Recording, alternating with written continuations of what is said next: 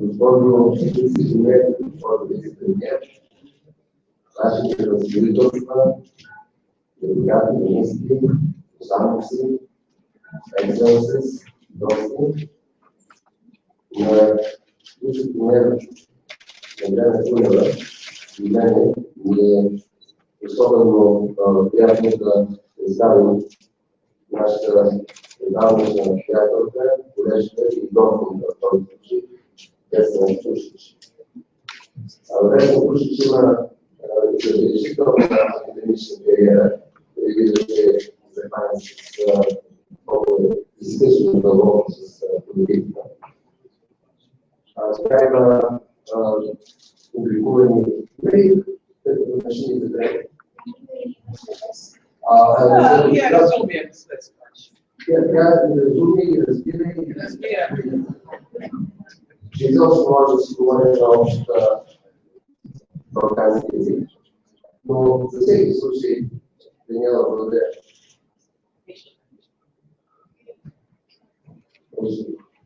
Много благодаря. Vesna има забележителна академична кариера, която включва над 50 научни статии и 3 университетски учебника, написани от нея. Тя взима получава докторската си дисертация чрез докторската си степен през 1984 година в Факултета по философия на Загребския университет. От 2012 е вице-премиер, от 2011 е министър на външните работи. Между 2006 и 2012 е вице-президент на Европейската либерална демократическа партия. Три мандата има на тази позиция. От 2008 до 2012 е председател на Националния комитет за мониторинг на присъединяването на Ирландия към Европейския съюз. Преди това е председател на своята партия, на парламентарната си група, заместник председател на парламента. От 2001 е избрана, от 2013 е избрана в Ирландския парламент. Преди това е избрана основен председател на своята партия, от която шедува от нейното основаване през 1990 година. Като представя нейната биография си мисля, колко сходна биография имат Vesna и Магдена. И двете са силно проевропейски, през цялото един от гарантите за присъединяването на своите страни към Европейския съюз. И наистина за нас беше огромна радост, че практически разширение на Европейския съюз приключи с присъединяването на Хърватия след България и Румъния. Мисля, че нашия парламент беше един от първите промени, който ратифицира присъединяването на Хърватия към Европейския съюз. И след присъединяването на Хърватия към НАТО, ние вече членуваме в страници, които може да членуват две близки държави. Като говоря за биографията на Магдена и Vesna, си сетих за големия римски писател и историк, който е писал културни живописи. Например, изкултурен живопис на Цезар и Александър, и си мисли, че от репортажа е живопис и в момента ти написал културен живопис за Vesna и Магдена. С тези няколко думи искам да представя думата на вице-премиер Чунева, която след това ще даде думата и на нашата хърватска гостка. Да приветстваме нашите гости.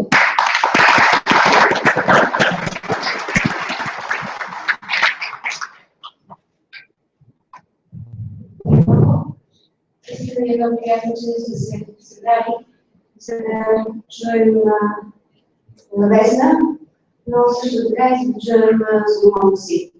Защото знам, че когато става въпрос за такива важни теми, като външната политика и живота, който живеем, Соломона си е един от най-опитните, най-мъдрите и най-далече виждащите хора. Никога няма да стана да се извинявам, как в началото на 90-те години, който беше първият човек, по време още щати на Шарския договор, който той каза, годината, която той каза, че ще бъде началник на НАТО. Понеже той говори позитивно, оптимистично в повечето случаи, поне аз така съм го слушала винаги, аз се надявам, че този негов оптимизъм и за България, и за нашия регион, и за Европа, и за света ще бъде също толкова поведенчески, колкото не за някои думи в началото на 90-те. Благодаря ви, моли, благодаря за всичко, което продължавам ще кажа. Тази година е важна за нас. Ние вече имаме 10 години за гърба си, откакто подписахме договора за присъединяване към Европейския съюз. Важно е вълнуващо време. Тогава, годините, които последваха, за Хърватия тази година се навършват 4 години. И двете страни заедно с Румъния представляват последните две от процеса на разширяването на Европейския съюз. Една от най-успешните политики. Успех, който не е случайен. С присъединяването на една страна към Европейския съюз, усилията не бива, защото ние го знаем много добре. Нито изискванията на вода. Трансформацията и надграждането са неизменна част от последващия етап на пълноправно членство. И докато в предприсъединителния процес говорим да се звучат към достигането с целта на членството, то в фазата на реално членство те са това, с което икономиките ни могат да наваксат и да постигнат средноевропейските нива на стандартен живот. Разширяването е полезно за самата страна, но е полезно и за съюз. Можем да заявим, че днес ние сме по-силни и по-защитени в политическо, икономическо, социално и културното многообразие. Сред основните предизвикателства пред една нова държава членка е да продължи активно процесите на последващи задълбочена интеграция, както членството в еврозоната, така и членството в Шенген. Ние не бива да намаляваме своите амбиции, защото всяко следващо присъединяване, всяко следващо задълбочаване на изпълнение на една от политиките, по която ние сме се подписали, всъщност прави процесите на промени в страната, на промените за добро, по-силни и по-демократични. Трябва да си даваме сметка обаче, че в зоната Шенген са създадени преди нашето присъединяване към Европейския съюз и предполагат определени предварително зададени критерии условия, то за сега изграждащите се нови интеграционни проекти и структури в Съюза, ние сме пълноправен участник още в самото начало. От самото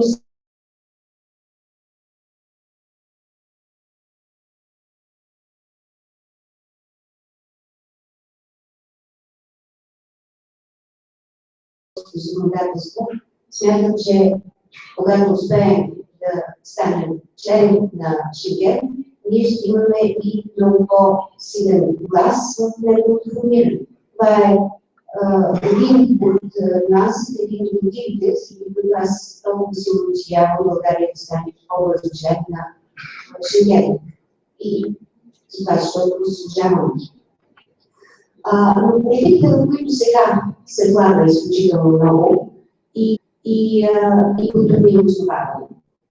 Европейския енергиен съюз, банковия съюз, новата роля на цифрова Европа и дигитална Европа, както май все повече доби гражданственост, плана и от тях, новата европейска стратегия за сигурност, европейския дневен ред за миграция. Това са предложения и проекти, които са в процес на изготвяне сега и които ще имат пряк ефект върху състоянието на гражданите и върху новите държави членки. Впрочем, моят колега госпожа Pusić се съгласи с мен, че България и Хърватия могат и трябва да бъдат по-настоятелни в този процес. Независимо от факта, че Европейския съюз като цяло представлява просперираща икономическа общност, налице са сериозни различия в състоянието и развитието на неговите региони. Именно премахването на тези несъответствия ще допринесе за предоставянето на гражданите на Европейския съюз на равни възможности за достъп до качествено образование и обучение, за получаване на подходяща работа, за чиста околна среда, за осигуряване на благоприятна бизнес среда. В този контекст вярвам, че трябва да се възползваме по-добре от възможността да сформираме тематични регионални съюзи, нещо, което ни липсва, за да постояваме силните си интереси в Европейския съюз по-добре. Няма нищо по-лесно от преговорите с партньор, който знае какво иска. И бих казала, че няма нищо по-лесно от това да преговаряш с един партньор, защото знаеш на къде води преговорите, знаеш какво можеш да очакваш и можеш да изчислиш през това собственото си поведение. Така че колкото по-силен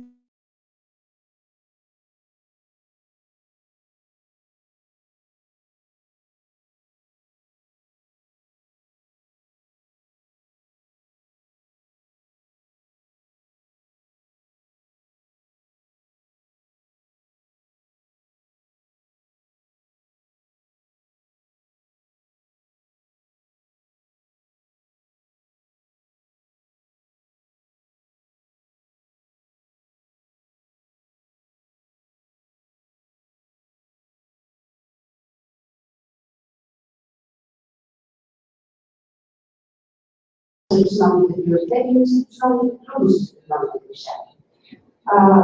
Мисля, че тук България година след година изгражда своя капацитет, макар че има дълъг преприсъединителен период от почти 10 години, 8. Все пак, когато вече си с много повече възможности вътре в Европейския съюз, с много по-големи обекти от средства, трудностите първите години наистина са съществени. По-настоящем пред нас стоят задачи като реформа в образованието, постигане на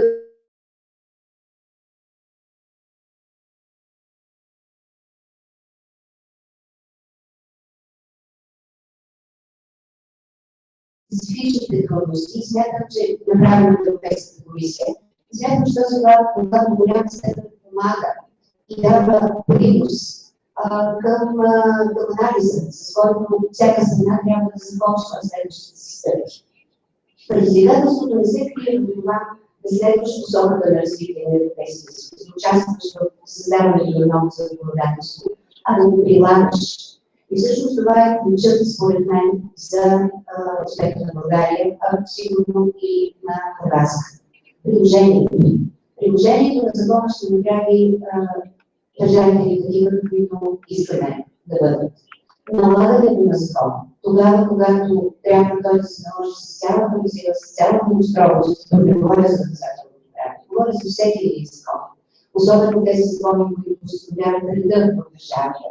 Това ще промени, със сигурност ще промени България, така както е променено много други страни преди това. Гражданите на двете държави все още вярват в европейския проект, но както навсякъде в Европейския съюз, така и при нас започва евроскептицизъм, с който трябва да се борим всеки ден. И това също е част от предизвикателството. Няма по-добро лекарство срещу скептицизма от това да работиш и да доказваш резултати. Мисля, че песимизъм понякога е равно на леност. Тогава, когато просто е по-лесно да кажеш нищо. А оптимизма го притежават само работещите хора. Искам да говоря за една друга задача, която като държави членки от региона имаме заедно. Никой от останалите членове на Европейския съюз не познава държавите от Западните Балкани и проблемите им по-добре от нас. Вярвам също, че за нас повече от останалите страни особено важно изграждането на регион на стабилност, сигурност и просперитет, който са гарантирани ценностите, принципите и стандартите на Европейския съюз. Това е особено отново в контекста на развитието в нашата съседка Македония. Република Македония е в тежка политическа криза и ние като част от Европейския съюз, като съседна държава, сме ангажирани по категоричен начин да спомогнем за нейното разрешаване. Обсъден интерес е постигането на трайна необходимост на геостратегически избор на страната на Европейския съюз. България винаги активно и последователно е подкрепила процеса на разширяване на Европейския съюз и евроатлантическото бъдеще на Македония. Но след да мине през спешни реформи и всичко конституирано. Те са спешни и само чрез тях може да бъде гарантирано изграждането на правната държава и започването на преговори за членството на Европейския съюз. Върховенството на закона, основни права и свободи на медиите, които са и основни демократични ценности, са централен елемент на Европейския съюз. Но всъщност това продължава винаги и завинаги, дори когато една страна е член на Европейския съюз. Тук нямаме и навик за някакъв двоен стандарт или че искаме нещо от страните, които още не са станали членове на Европейския съюз, което не искаме от самите себе си. Аз съм уверена, че подходът следва да бъде съобразен с основните принципи на разширяване. за оценяване на напредъка в основа на собствените заслуги и в зависимост от индивидуалния напредък на всяка от страните в изпълнение на необходимите условия. Това беше с България, това беше с Хърватия. Тук трябва да бъде подчертано, че добросъседските отношения са интегрална част от целия пакет, който трябва да бъде Република Македония на пътя на европейска интеграция.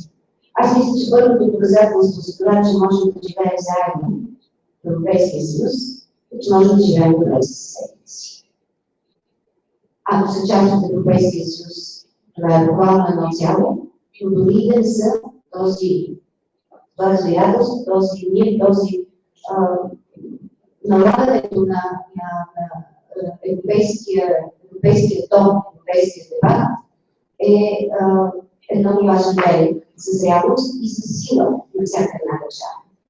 В условията на вътрешна политическа криза от ключово значение на всички политически фактори, предполагам отговорност незабавно да предприемат действия за устойчиви решения, да вземат конструктивно участие в подобряването на политическия диалог и да възстановят доверието на институциите чрез адекватни политически действия, които ще предотвратят последваща агресия и ескалация в интерес на гражданите, демокрацията, върховенството на закона и политическата стабилност. Важно да се подчертае, че липсата на диалог благоприятства на местата на екстремистски формирования и допринася за дестабилизацията на страната. Диалогът е хубав. Като държава членка очакваме и ще настояваме на Европейския съюз също да се ангажира по ясен и категоричен начин процеса на излизане на македонската страна от политическа криза и целият преходен период по установяването на крайна политическа стабилност, която да гарантира запазването на граждански и демократически мир в Македония, както и териториалната цялост на страната. Необходимо е координирано усилие на всички институции. Европейския парламент, Европейската комисия и съвета, за да бъде подпомогнато в политическата криза да се преодолее по най-бърз начин. Европейския съюз е ключов да демонстрира, че е способен да разреши този проблем и да предприеме действия, тъй като стабилността на Македония е въпрос на Европейска сигурност. И когато говорим за сигурността и за предизвикателствата на новите страни членки, искам да заявя категоричната си позиция, че членството може да е съпроводено с трудности, но най-вече носи ползи. Не само в икономически план и в възможността гражданите да се възползват от свободни европейски пазар, но и по отношение на сигурността. Точно сега може би е време да напомним отново, че Европа е най-успешният мирен проект в история. Да, войната вече не е това, което е била преди 60-70 години, но има други източници на сигурност. Тероризма. Това, което се случва буквално на няколко стотин километри от границите на Европейския съюз. Гражданските стълкновенията между граждани и авторитарни режими. Това е друг прочит на необходимостта от това Европа да продължи да налага мир, да бъде един проект за мир. Според мен тук е голямата ни сила. Нека само да кажа, че България е всъщност в ситуация да бъде в центъра на тези събития. Украйна, Близкия изток, който наистина е много близък до нас, и тревогите ни от това, което се случва в Македония. Да, обединението е това, което ни прави силни и ни предоставя възможност да реагираме на заплахите за нашите фундаментални ценности и права.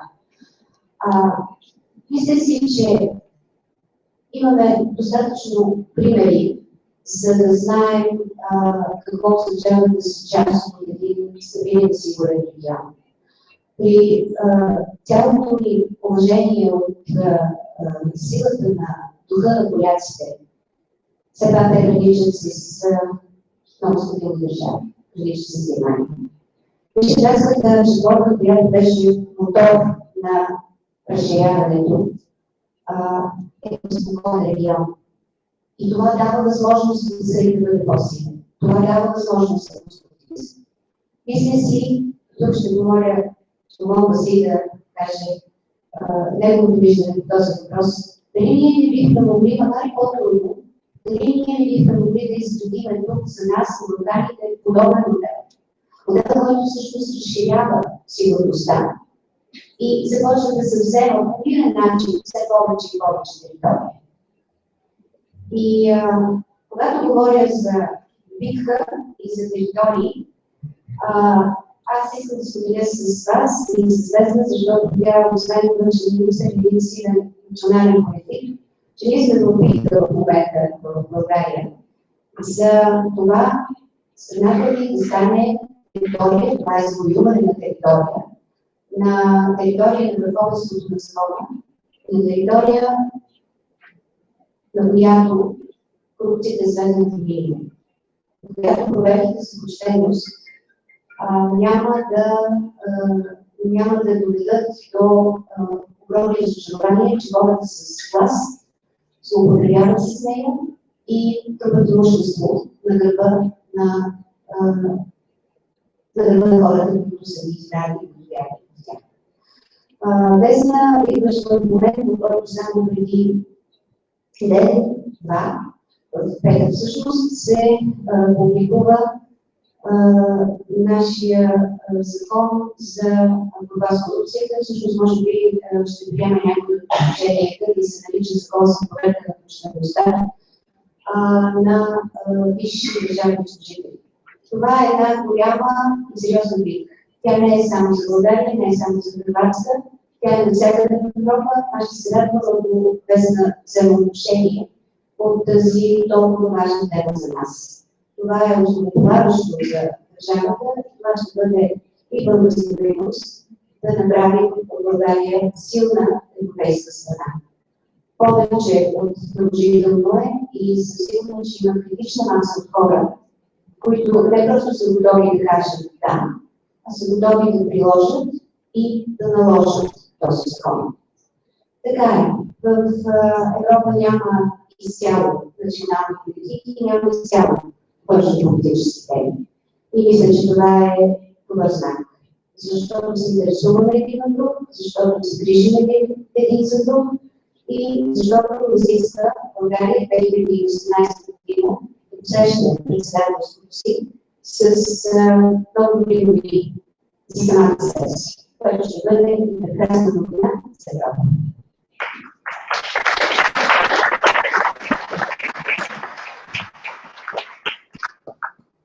Не се притеснявайте да пуснете видео, аз вече го направих си селфи с смекане и с Vesna и пуснато видео, така че моля да видите.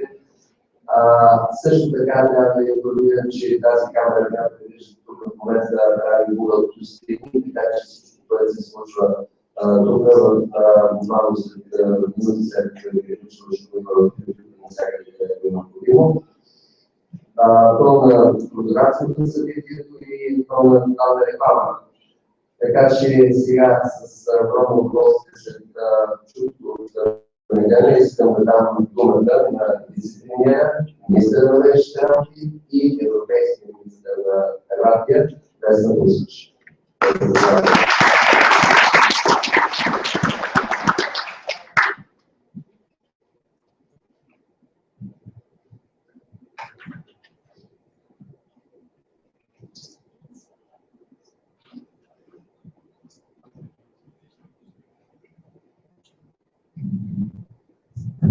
Thank you very much. I somehow feel I should speak Bulgarian, but I don't, so I'm speaking English because you would probably understand less if I spoke Croatian, but I have the feeling that understanding the much that was being said. I was also very honored and impressed by the fact that so many people came to see me and and hear me and so many media until I discovered it was actually because of Solomon and again and their political plans. But any reason is good, so thank you very much for being here. I will say a few words as a person that somehow wears two hats. In my civilian life, meaning before I joined politics or entered politics full time, I was a social scientist.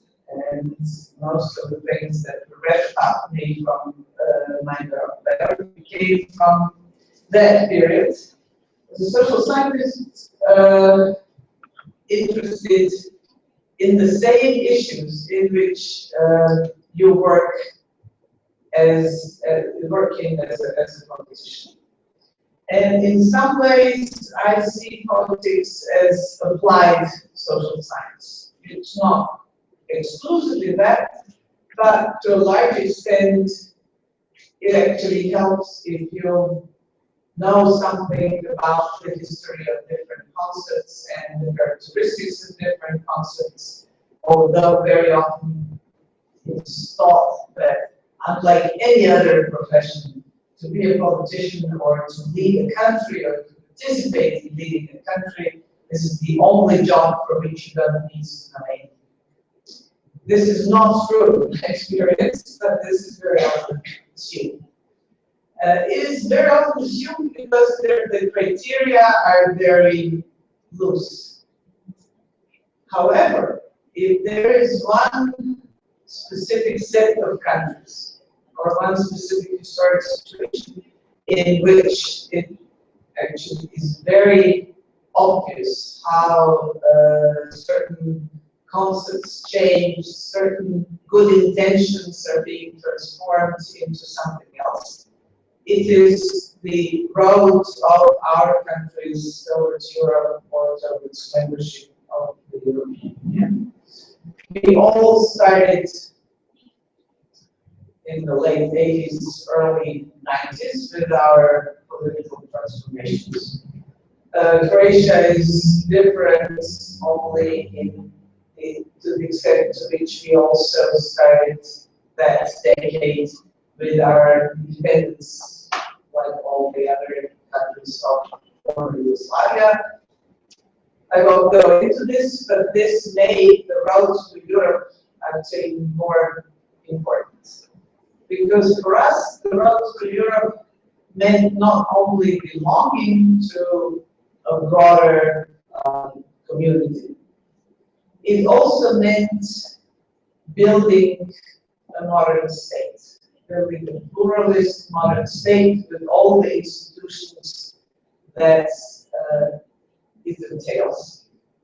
It also meant discovering a number of things that we discovered on this road, and I will try to mention here a few, and then go on to some of the current dilemmas of not only the European Union, but current dilemmas of countries like ours in Europe.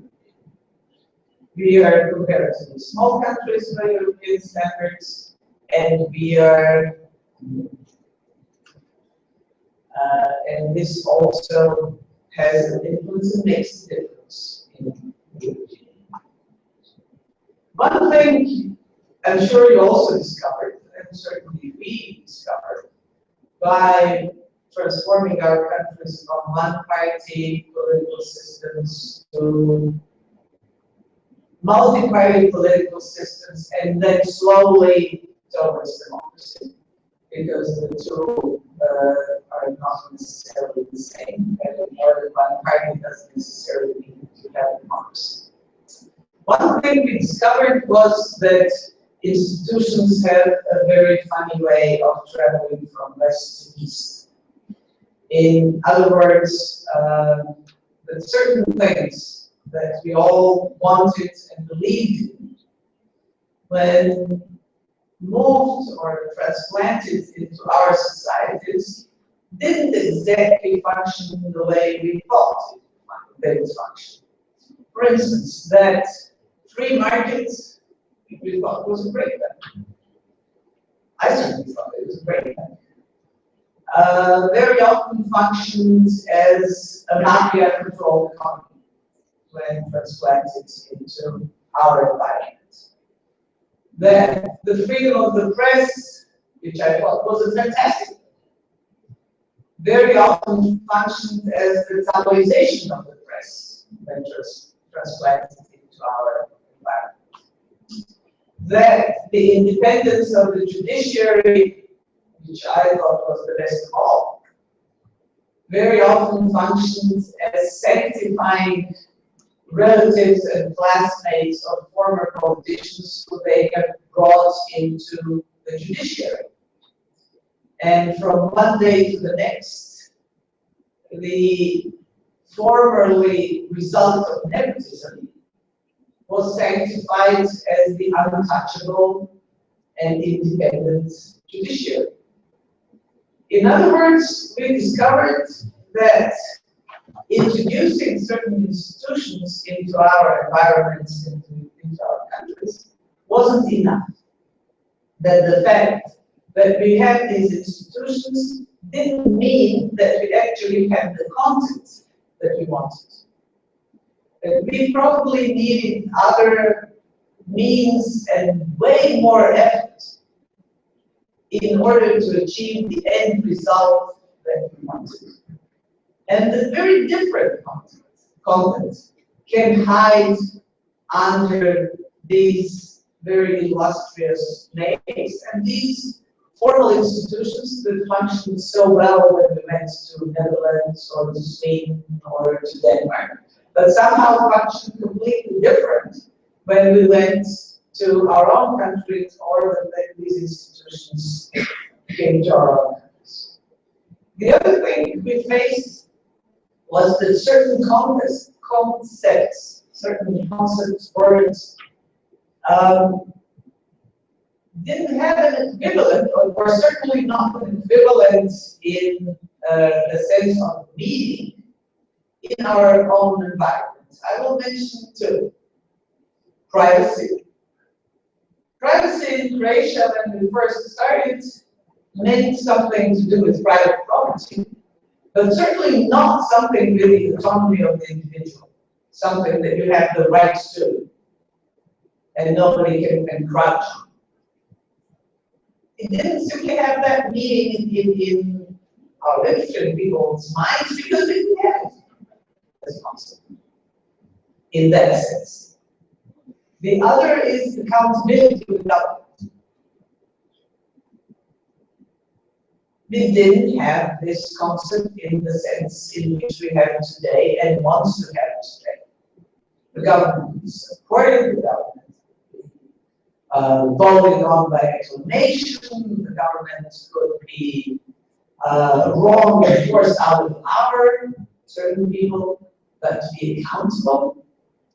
In other words, to understand that the legitimacy of that government comes somehow from the expression of real will of real people, wasn't something that was part of our political vocabulary. This was let's say the other difficulty we faced when we first started with democracy, and we first started thinking about our roads to the European Union. And then I think we were lucky, both Bulgaria and Croatia and all the countries of Eastern Europe. We were lucky to have this vehicle, this sort of manual of institution building and state building, that's called I think or the European Union. We had structured experience from, let's say, 10 to 15 countries, which helped us through the process of negotiations and then eventual membership, helped us understand and see how certain concepts and ideas can be transplanted and transformed into something that actually works in our countries, and how we can build certain institutions and certain procedures which are so important. We spent, Croatia altogether spent 12 years, depending on how we count, but roughly 12 years in the different stages of accession towards the European Union. We ratified the so-called Stabilization Association Agreement, which is a sort of waiting room for the negotiations, in 2001, And we entered the European Union on July 1st, 2013. All said and done in the last 12 years. It was alternately fun, frustrating, horrible, interesting, all different things you can imagine. It had one very good aspect, and this is that it also, to a large extent, transformed Croatian politics, which was post-war, from heroic and emotional into pedestrian, and I won't say rational, because certainly our politics is not that rational anymore, but certainly more rational than it used to be. And the European Union and its influence was great for that. Because instead of discussing historical loves and hatreds, you had to discuss the size of cake is for chicken. Or you had to discuss the way of growing striped beans. Or, this is incredibly helpful for politics. It brings it to the point where you make the connection, especially in countries like ours, that politics actually has to have some kind of useful, practical outcome. And that there are a number of things for which you're responsible and for which you're accountable to the people who voted for you, other than the big issues of historical loves and hates and rights and wrongs. So for that, the European Union was very useful. However, we spent these 12 years adjusting, harmonizing, transferring European regulations to our own country, to our own legislation, rules, institutions, etc., etc. And then one day we were members. And you have to de-learn some of the things that you learned in those 12 years. And learn some other things. Because all of a sudden, from transplanting or transferring European legislation that was made by somebody else into your own institutions, you're actually faced, if you're capable of doing that, with the capacity and possibility to actually also design this legislation, to influence this legislation, to introduce this legislation, to change this legislation. And you're caught between the two concepts, patterns of behavior, understandings of what you're doing, between autonomy and compliance. In some ways, the years of harmonization and accession to the European Union have taught you to simply comply with something that you've decided you want to do, and this is join the European Union and live by the European Union standards. But on another level, you now have the possibility, the same as everybody else, and should have the possibility as everybody else, to create those rules and influence those rules. This is the specific skill that you need to learn. You need to learn to build alliances. You need to learn that yes, the European Union is equal for everybody, but there are big countries and small countries. And it's not injustice, it's simply a matter of influence.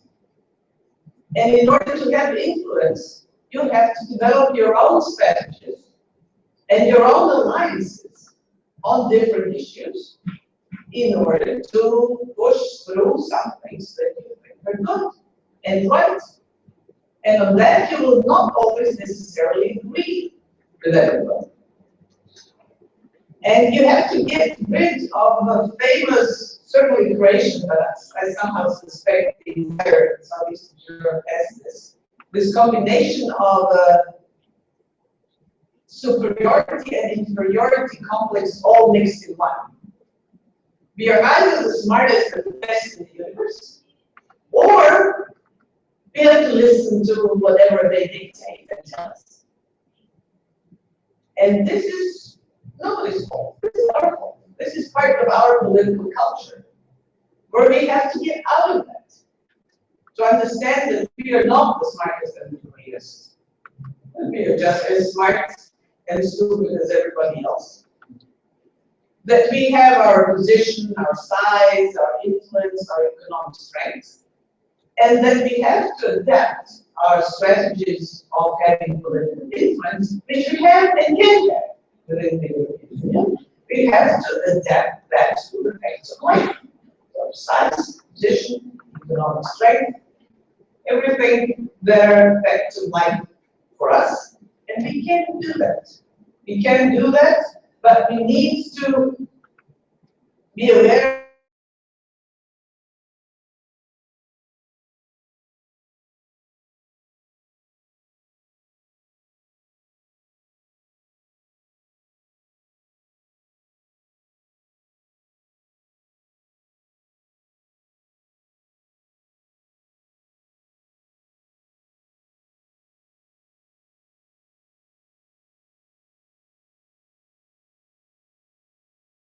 that the societies are always disappointed.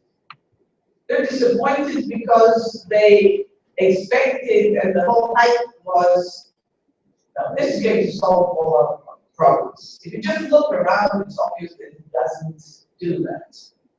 There is Sweden in the European Union, and there's Greece in the European Union, and many countries in the European Union who are very different in their success. So, the European Union gives you a chance, but everything that you do with your chances and possibilities, everything is still up to you. How smart you are, how well organized you are, how well you understand the new environment, how prepared you are. And this will lower or heighten your chances of success within this environment that is better to be in than to be out. And this is probably the best you can say, the best and the worst you can say about the European Union. For countries like ours, it is better to be in than to be out. Everything else is up to us. How much use we can make out of it. The current, you tell me the current dilemmas, and there are many, in the European Union are some that have to do with the structure and the entire division of labor, let's say, within the Union. In other words, federalism versus strengthening federalism versus strengthening subsidiarity. Subsidiarity meaning you do everything that you can on the state level, and then only some things that you don't do on the state level for different reasons you delegate to the European Union level. Whereas federalism is strengthening the central institutions of the European Union. There are advocates of both, although advocates of federalism were probably more popular before 2008 economic crisis. After that, the advocates of subsidiarity became more influential. There is the dilemma of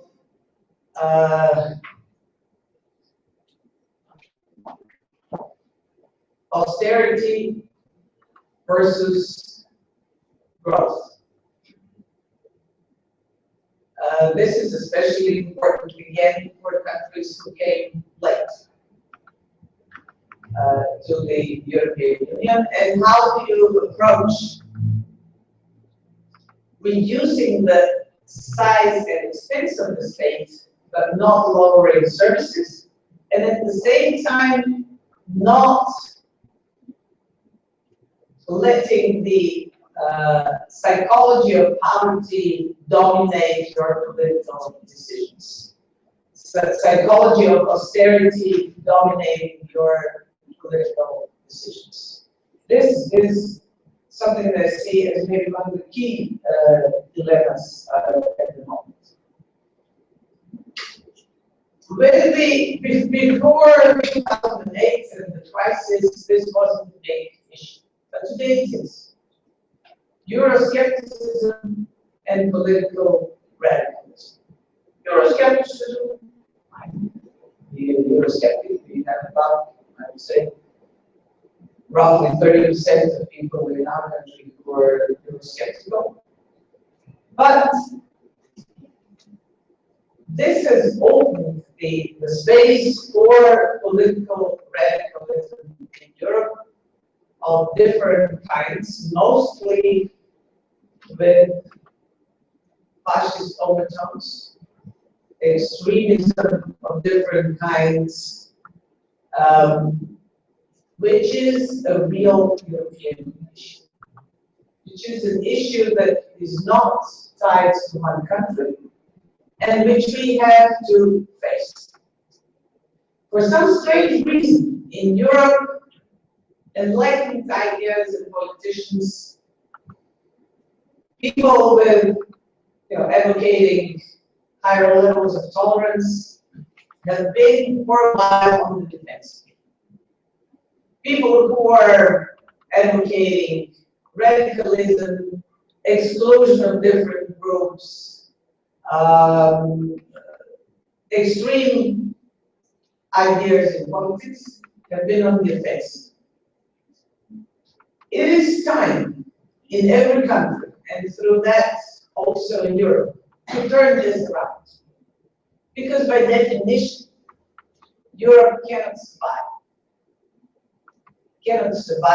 by excluding people because of race, gender, country, region, age, education, sexual orientation. By doing that, you're destroying the foundations of the European Union. And this is also our task. These are some big issues. And I must say I'm very proud to actually be on the offensive rather than defensive, representing these positions and these values. And need as many allies in that in order to help Europe move forward and survive, which maybe they don't understand so well as an important issue in the old member states, but we in the new member states actually understand very well and know very well what the alternative is. So from these positions to some things that are related to our own region, something that you also learn and you never politically considered before, and this is that you're responsible for more than just yourself. You're responsible, and here we cannot be responsible for all of Europe. You're too big and too small. But we can be responsible for Southeastern Europe because we are here and we care. And with unrest, instability in Southeastern Europe, we can be members of NATO and the European Union as much as we want. It actually spills over the borders. So our responsibility is to stabilize this region. And specifically by ours, I mean both Bulgaria and Croatia. We are two ends of this region.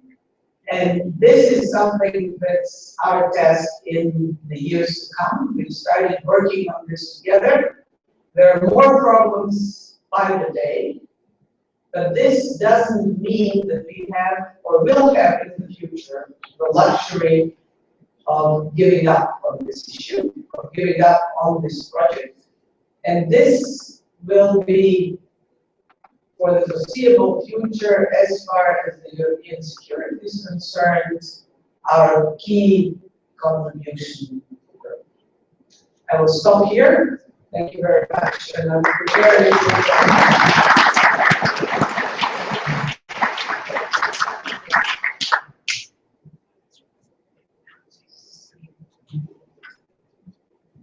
Thank you very much, Vesna.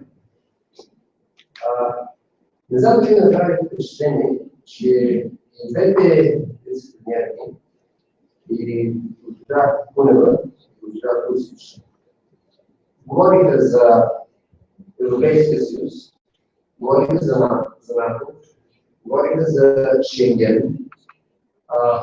Искам специално да изразя впечатлението си от огромното усилие, което ни да направи нас за присъединяване на България към Шенген, ако няма подкрепа на цялото правителство, трудно ще стане. Говориха за по-голямо сътрудничество, говориха за Вишеград, но те не говориха за българо-хърватските отношения. Защо? Защото те са прекрасни хора. Чули ли сте някога да се говори за отношенията, например, между Силистра и Смолян? Не.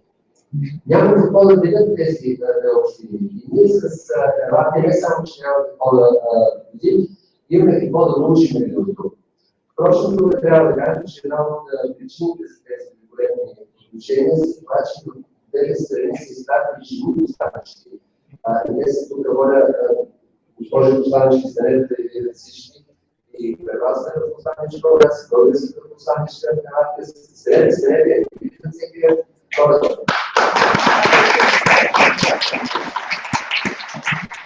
За Хърватия е въпросна традиция ли тази посланника, но и ние вече се очевидно баващо. Всичко това, разбира се, на хора чухме отдавна някакви балкански гласове, че жените така и Балкан, това се очевидно от миналото. Искам специално да благодаря на нашите гости, на госпожа Pusić, и да ви дам думата за въпроси след тези две наистина впечатляващи институции. Много може да се научи всяка една от нашите страни, много голямо сътрудничество има перспектива да бъде съставено. Едно от нещата, които аз специално в последните забелязвам, че огромен интерес в пресата, това е космическата площадка, която ще строи Хърватия. Ние в България доста отдавна, вече 22 години говорим за Европейската космическа агенция. Аз съм истински радостен, че Хърватия ни изпреварва в това отношение. Мисля, че имаме какво да научим от хърватските колеги по отношение на космическата програма, да бъде огромна интерес историята в България. Имате думата за въпросите на нашите продължавани въпроси. Добър ден на госпожа Pusić. Добър ден, господин Сигурно. Казвам съм, че въпросът ми към госпожа Pusić. Може да се изправите част да не виждам това? Разбира се. Госпожа Pusić, въпросът ми е следния. В продължение на известно време Европейския съюз спря преговорите с Хърватия поради факта, заради обвинение, че тя не предава на Дигото трибунала в Хага своите военни престъпници. След това трима генерали бяха арестувани. Тоест двама са предадени, един не заповед, тримата бяха предадени на трибунала, бяха осъдени на първа инстанция и после бяха оправдани. Къде е грешката тук? Къде е фалът, така да се каже? След като тези хора са оправдани. Това е първият въпрос. Вторият ми въпрос е, преди 15 или повече години, президентът Стан Кужман предизвика един скандал с една своя книга, в която направи опит да оправдае и реабилитира режима на Осташи. Каква е днешната политика на хърватското правителство по отношение на този период в историята на нашата? Благодаря. Не си мълчилен, те само да спомене, че това е вече министър на истории, който е нас, така че вече министри много повече гледат към бъдещето, отколкото към историята, но да чуем какво ще кажат нашите служители.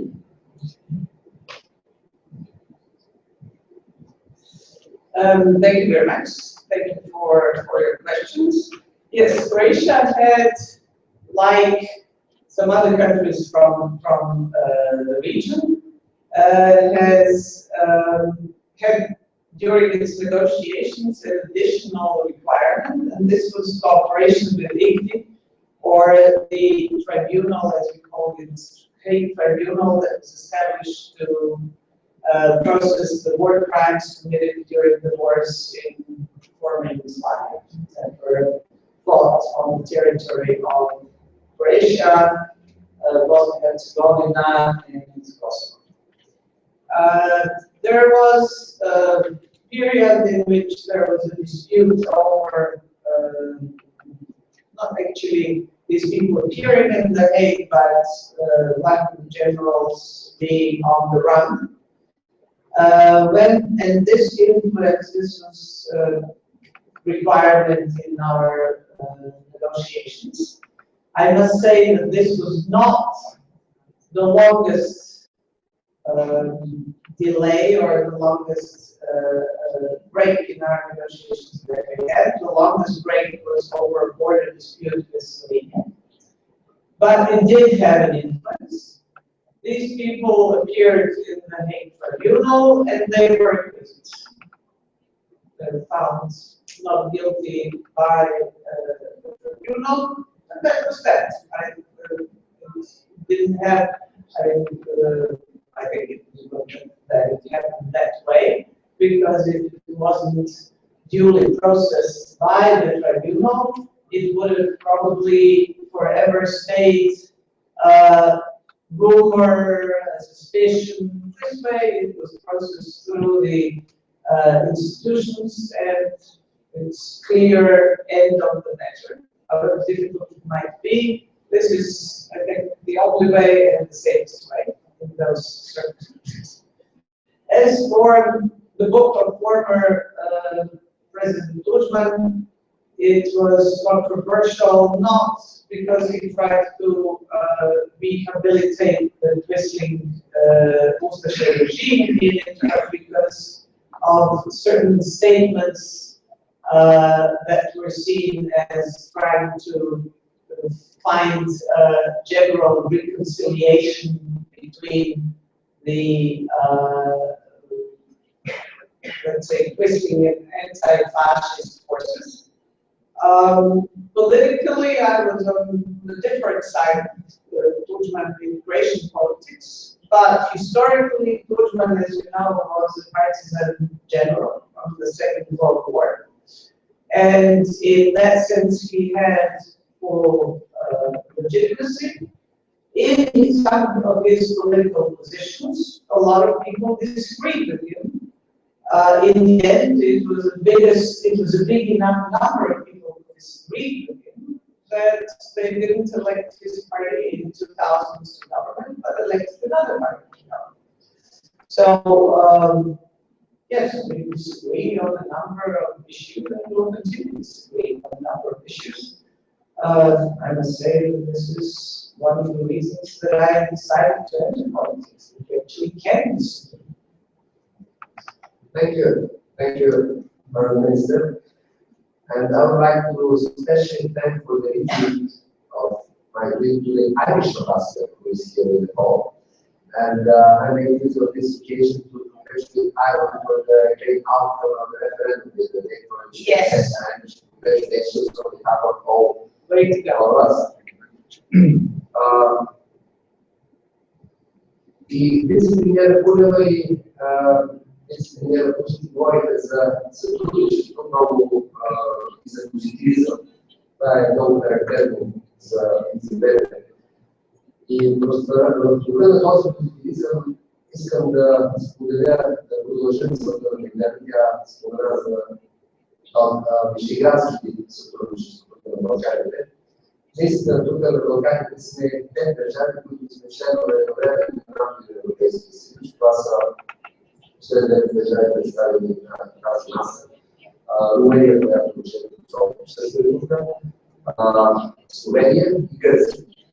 Тези пет държави могли да максимализират ефекта на членството си в двете организации, като създадат едно по-ясно сътрудничество от типа на вишеградството, за което Милена спомена колко е било ефективното присъединяването на разширителния процес и на НАТО и на Европейския съюз. Така че аз бих питал нашите оратори днес как смятат възможно ли е задълбочаването на сътрудничеството между тези две държави, и като разбира се, то се отговоря и всички останали държави, защото ще се присъединят към тези две структури.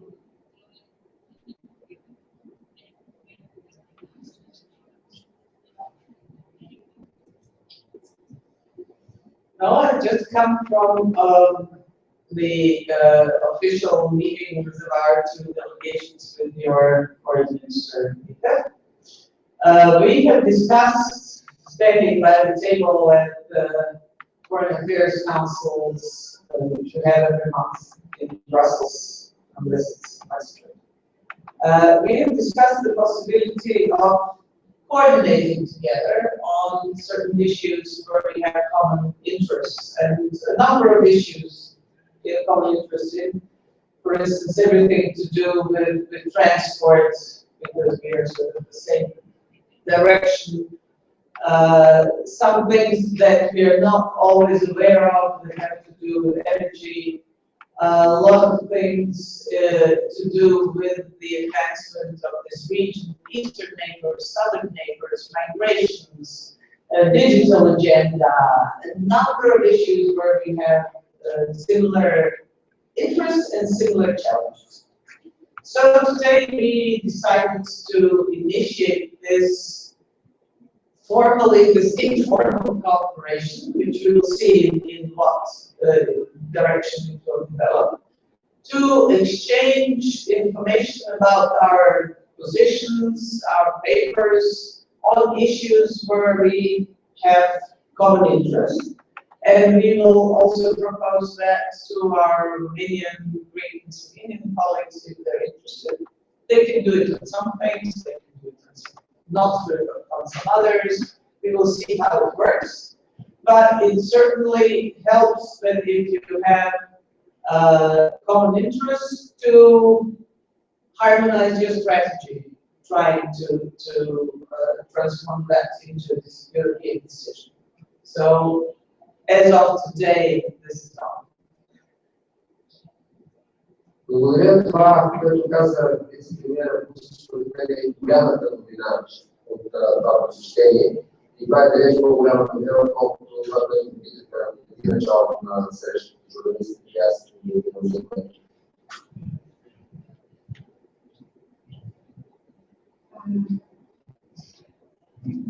За мен координацията е нещо, което беше присъщо на нашето отношение. И е истинната да.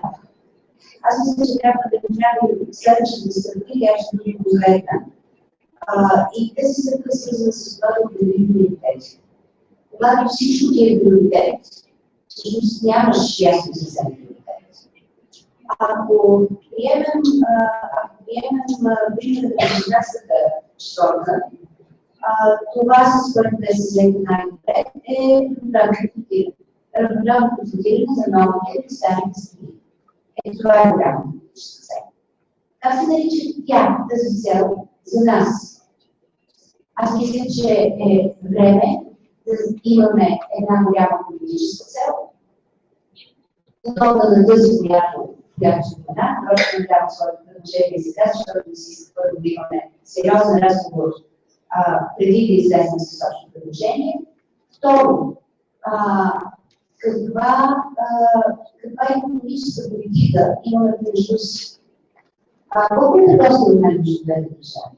Колко е търговски обмен между България и Румъния, Гърция? Как се изглеждат тези неща на практика? И тук аз искам много да кажа, че когато имаш граници, имаш жилет, това не ти помага на икономика.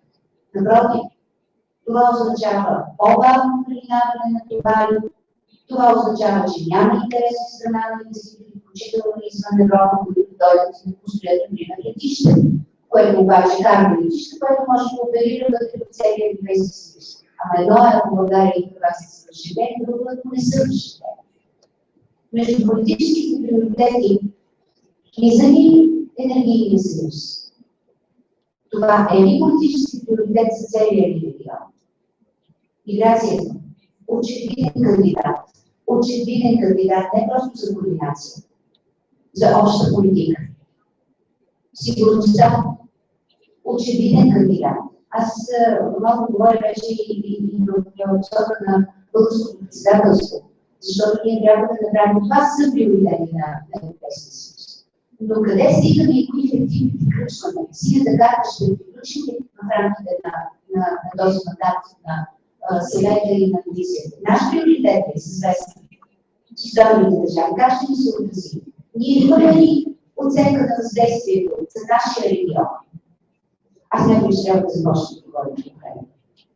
Защото иначе разколебаваме най-силните си привърженици. Така че смятам, че буквално трябва да направим това съдействие. Един от любимите средства, любимите инструменти на Европейския съюз и той да стане това възможно най-скоро. Продължава ли да бъде важно за нас равноправно контактиране? Както беше за Вишеградската школа. Ами да. 10 години сме свършили когато подписахме това. Безпрецедентно.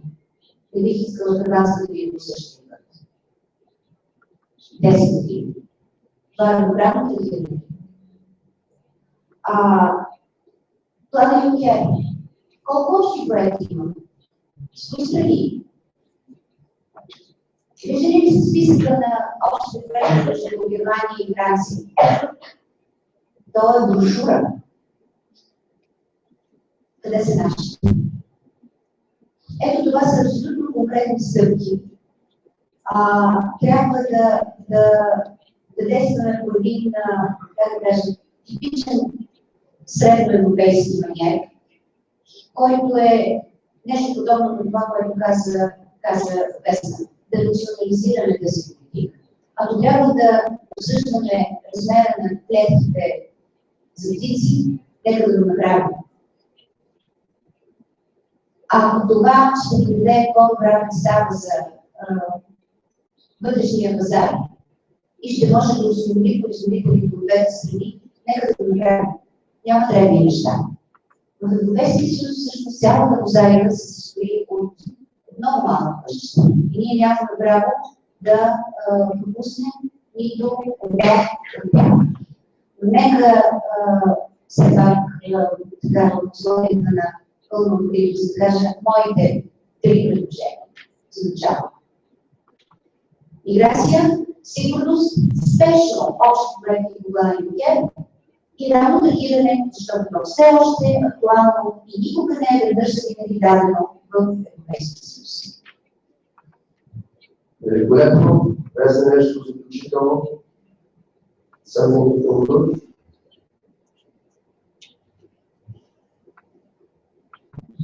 Thank you very much, Magdalena and Solomon. Thank you very much to all of you. This is a work in progress. You conclude something new every day. But basically, the rule that applies is A, when first you don't succeed, you try again. And B, we have to keep this course.